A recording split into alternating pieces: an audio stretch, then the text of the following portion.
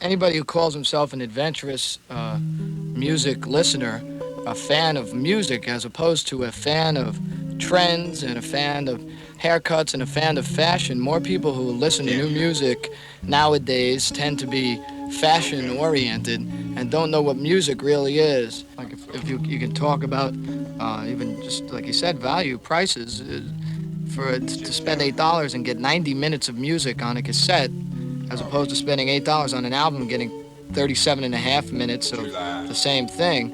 Steve, you get songs and bits of free association and found sounds and comedy and, above all, there's the songwriting and the musicianship, and it's all done at home and all crafted by Steve. What we're dealing here with, or dealing with here, is a full deck of high-quality tone poems that will be available for a lifetime. And you may slap on this disc or a quarter-inch mastered CD spinning in reverse in like the year 2005, and it'll still sound as crisp and fresh and startling then, maybe even more so then. Probably the most ironic thing is when Steve is older, when we're in a rocking chair with no teeth and we're looking back on this particular interview, and at that time the nation will be waking up to Steve Moore's music. Nah, well, that's possible. Come on, Maybe. sure it will.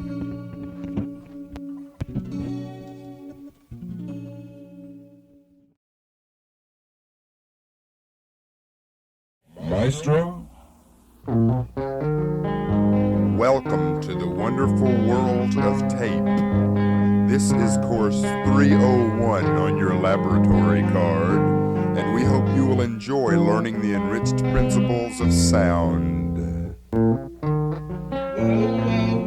Please use your designated student manual as often as possible, and if you have any questions, ask your deck.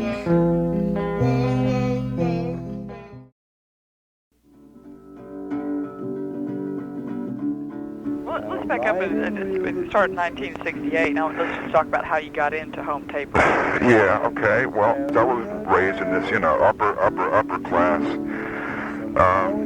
suburban home, and got into music early. And did your dad teach you to play guitar? Not really. I was born with it. I was born with, an amazing ear for arrangements, and it all started real early. And obviously, I had a strange childhood because it sort of stunted whatever weird genius thing that I was born with, and I broke away and got into taping my own music, and that started very primitively.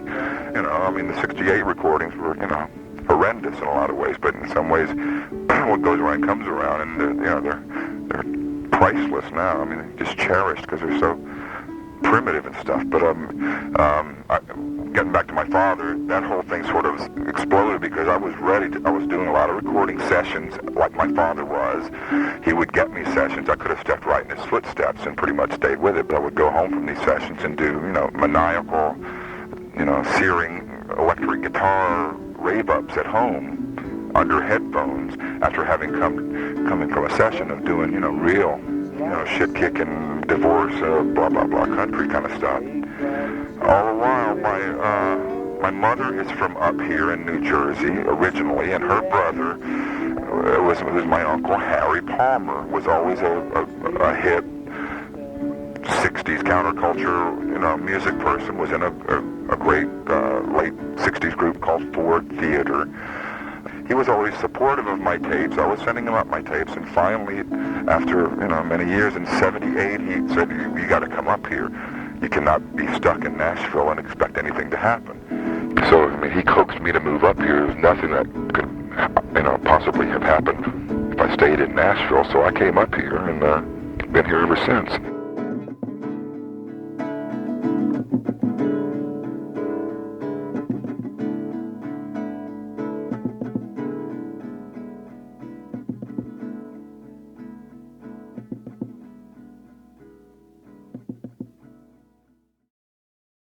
Darling, let's talk about the crazy side. I've been Nashville, but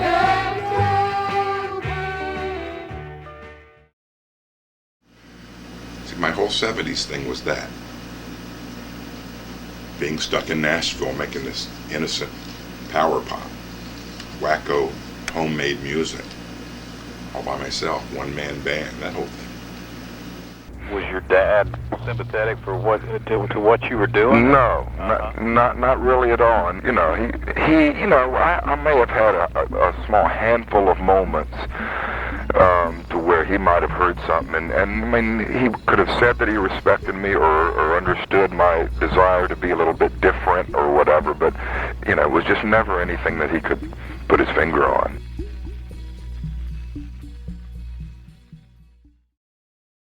A song all about you.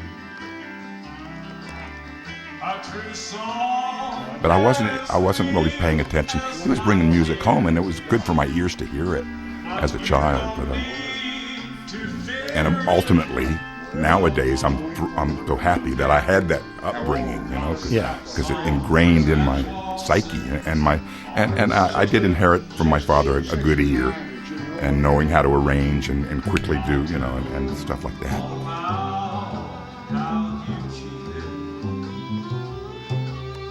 I'd like for the whole world to hear.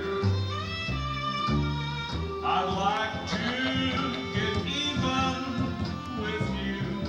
And did these famous musicians go in and out of your life as a kid? Yes, they did. Tell us a story. Yeah. Who was in your family bathroom? Too many to mention. Name some. Family bathroom. Who was down the hall using the family crapper? Carl Perkins, Carl Perkins. among many.